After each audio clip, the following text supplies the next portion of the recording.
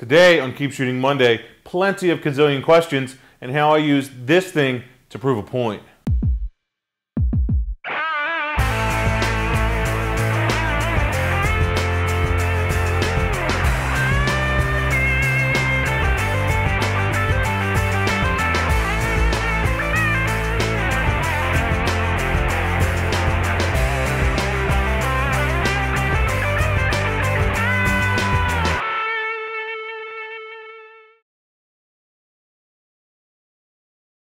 Hey everyone, Greg Cazillo from Cazillo.com.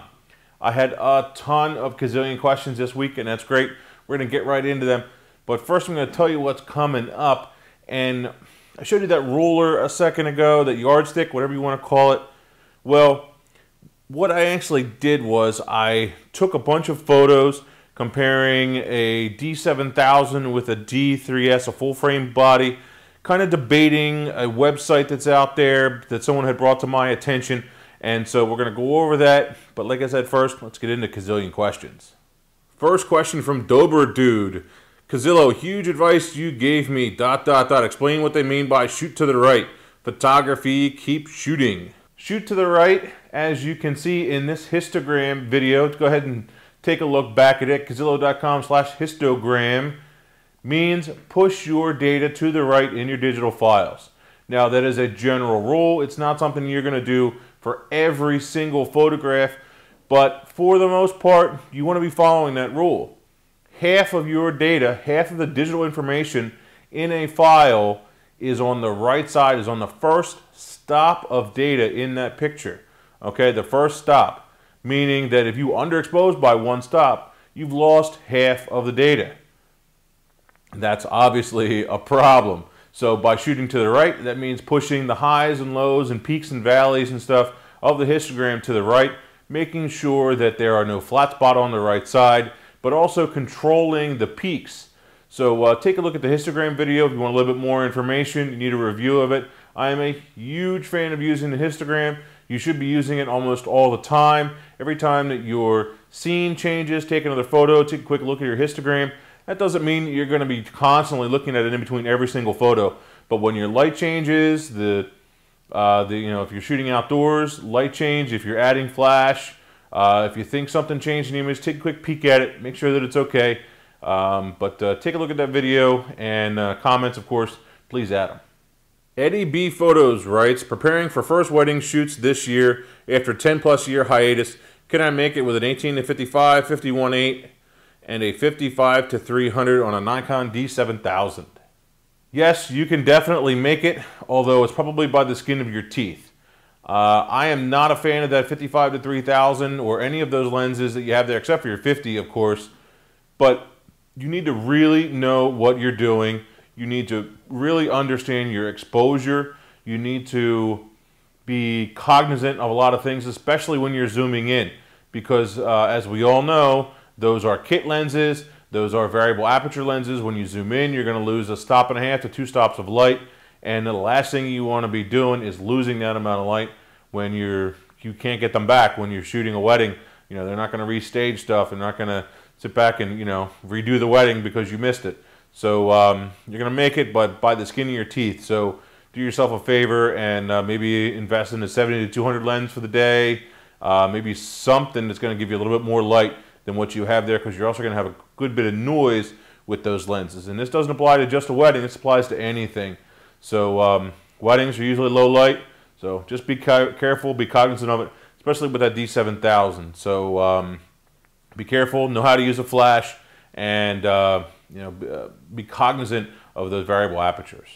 Question from Jim, how does one properly use the AEL or AFL button on today's DSLR? It's confusing me. The auto exposure lock button can be used once in a while, but only if you're on, say, an aperture priority, shutter priority, maybe a program mode. Hopefully you're not shooting on program mode. I very rarely even use shutter priority. I will use manual probably 95% of the time or 90% of the time. Then I'll go over to aperture priority once in a while if I need it. So what happens, I actually have a video on this that was one of my photo quick tips that I did probably a year ago, something like that. It's been a while since I put these up. Anyway, what you do is you actually take your camera and you point it down a little bit and you meter off the ground and then recompose when you have a very heavily backlit situation. That's a really good time to use that auto exposure lock button. As far as the autofocus lock button, I'm not a big fan. I would much rather see you choose the correct focus point and then not have to focus and recompose. That's really what that AF lock button is for.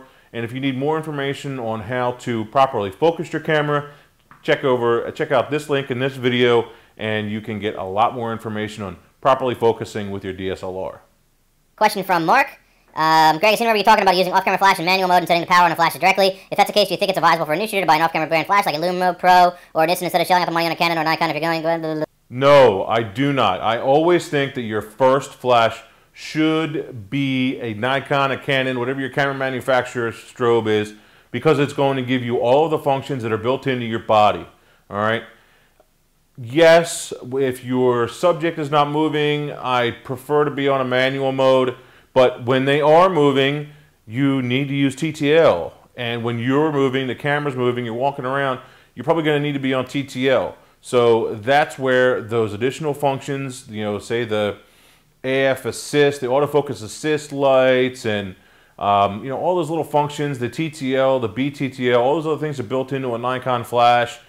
They are going to be invaluable in learning and actually getting somewhere. So do yourself a favor, your first flash should always be the camera manufacturer, Canon, Nikon, whoever it is. They make good strobes. They work 100% with their bodies. That's the way to go for your first one. From Jose Cruz, do you need to format memory cards and why? Yes, you absolutely need to be formatting your memory cards every time you insert them into your camera. So, you're out on a photo shoot, you shoot a bunch of photos, or you're out shooting for the day, you come home, you put the card in your card reader, you copy all the photos off onto your computer, you make a backup of those photos, maybe you do a little bit of editing on those photos. Once you have that backup, maybe run the backup again just so you have all those edits made, and hopefully you're renaming the files. Here's a video on that in Lightroom. Anyway, make sure that once you've done that, you then, the next shoot, you take that card, you put it back in the camera, and you format it. There's always a greater chance of when you're adding, deleting, adding, deleting, adding, deleting, that you could have issues. The card could go bad. You could have you know, it could write something and maybe turn into a bad sector. It could be all kinds of issues. Another thing, never format your cards in the computer. Always, always, always format them in the camera.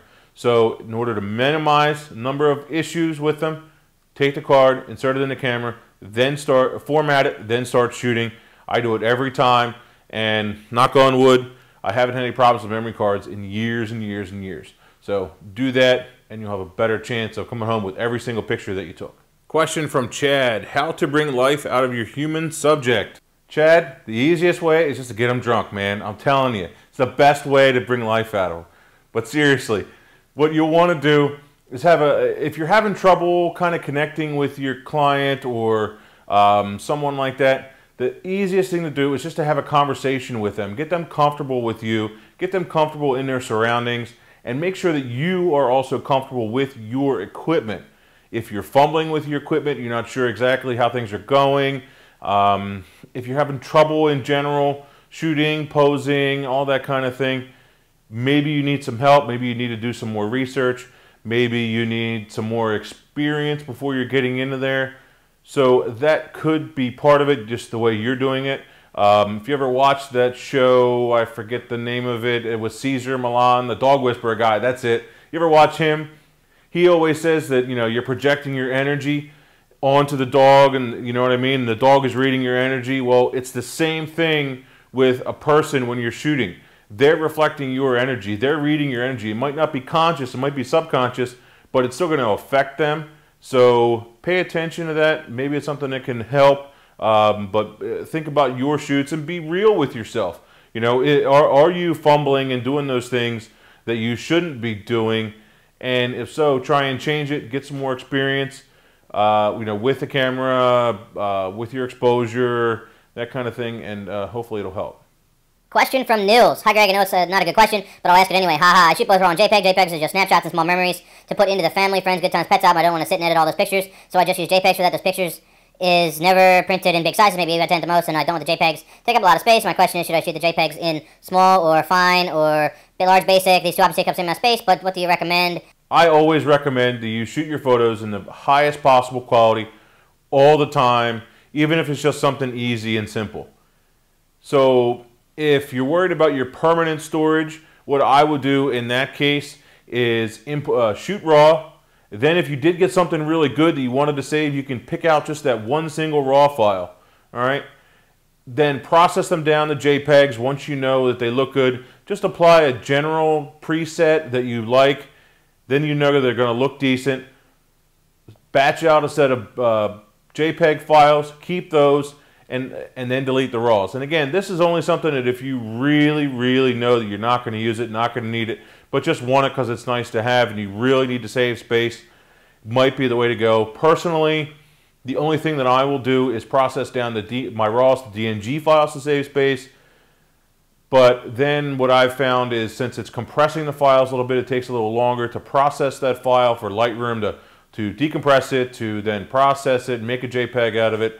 So, you know, it's personal preference, but maybe try DNG. Maybe it's saving you enough space, but I'm not a fan of shooting JPEGs at all. And I'd much rather see you go with RAW and then process them out when you need them, and then delete the RAWs, and you have a decent JPEG to work from. I've had a couple of people post some information about depth of field on one camera versus another, and that's where that ruler came in that I showed you a little bit ago. Basically, I think where they're getting their information is off of the internet instead of hard and fast numbers and actually testing and actually learning what's going on. So what I actually did was I set up that ruler. Here's a quick screenshot, and did some test photos. So the site is dofmaster.com. Basically what it's doing is you input your camera, you input the subject distance, your lens, your aperture, and then the distance, all that information. You hit calculate, and it gives you an approximate total depth of field, your near limit, your far limit, calculating your hyperfocal distance as well as your circle of confusion. But I think this is, after doing this test and playing with this seems like it's more confusing and more based on science than actual practice and real world information. So what I did is I set up a camera. All right, here's a photo of that. Set up a camera, one with a D3S, one with a D7000. Set the same lens, 24-70, 2.8 lens on both cameras. I set the camera at the same height on the table. Then I took the yardstick, put it right up against the lens, put the focus point right on 2 feet, shot it at f16, a 60th of a second with the studio strobes, and just wanted to see what happened.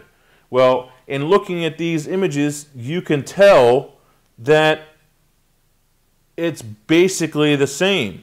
I mean, if we when we scroll through these, the depth of field didn't really change. I'm looking at these and scrolling back and forth, and I just don't see a difference, that much of a difference in between these two files to say that this is definitive information. I debate. I'd love to know where this guy or this webmaster got this information. Hopefully they are a real photographer. Hopefully they can prove this and figure out where this is coming from. But I did a test, and I implore you to do the same test for yourself.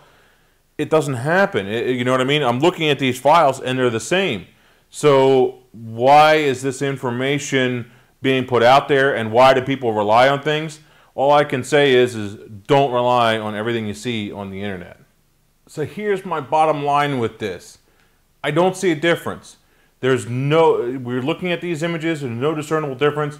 Go look at them, go download them, open them up. There's crop versions, there's full versions there for you to look at.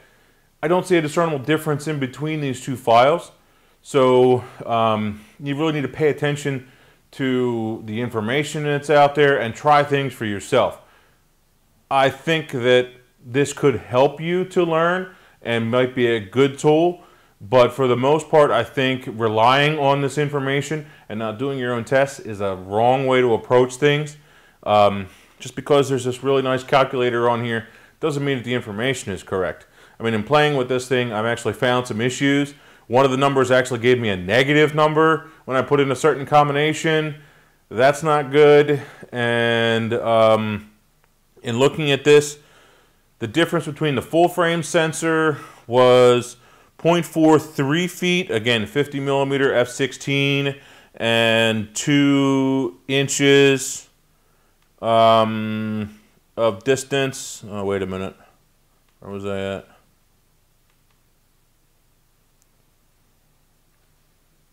Sorry, 2 feet. Sorry, 2 feet of distance. I don't know how I messed that up. Anyway, it said 0.43 versus when I go to the other body, a crop body, it says 0.29. Well, there isn't a tenth of a foot plus, 0.14 feet of difference in between these two images when we switch from the D7000 to the D3.